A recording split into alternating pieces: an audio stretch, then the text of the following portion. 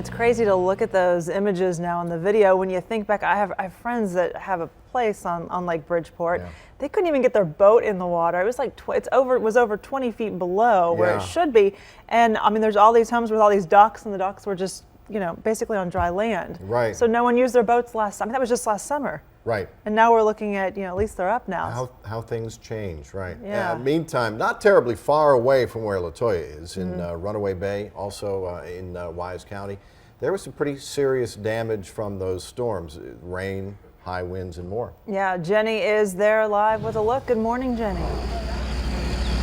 Good morning, Lauren and Tim. And I just got off the phone with the Runaway Bay police chief. He tells me there are still no reports of injuries, but now that it's light out, they're going to be able to really assess that. He also says the Red Cross showed up from Abilene, and despite 12 families in this condo complex needing help, they actually didn't need the help of the Red Cross because people in the community just surrounded them, helped them out, and gave them a place to stay. But the roof was torn off here. So we've got a huge chunk of roof here, and then it just is displayed all behind me. It's really surrounding this entire area, and this is the first real glimpse of it we're getting in the daytime. So I want to show you the proximity to the water here, because this truly is a waterfront property here, a waterfront condo complex.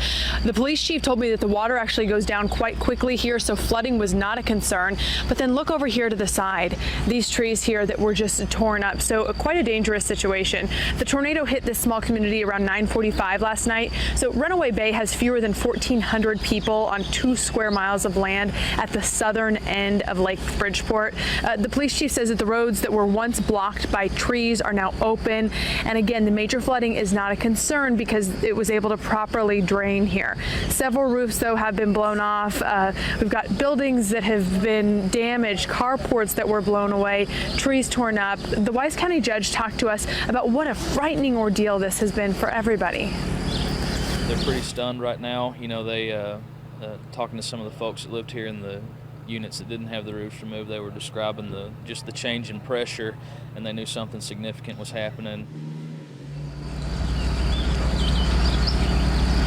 So this is in Wise County, which was already under a disaster declaration before last night.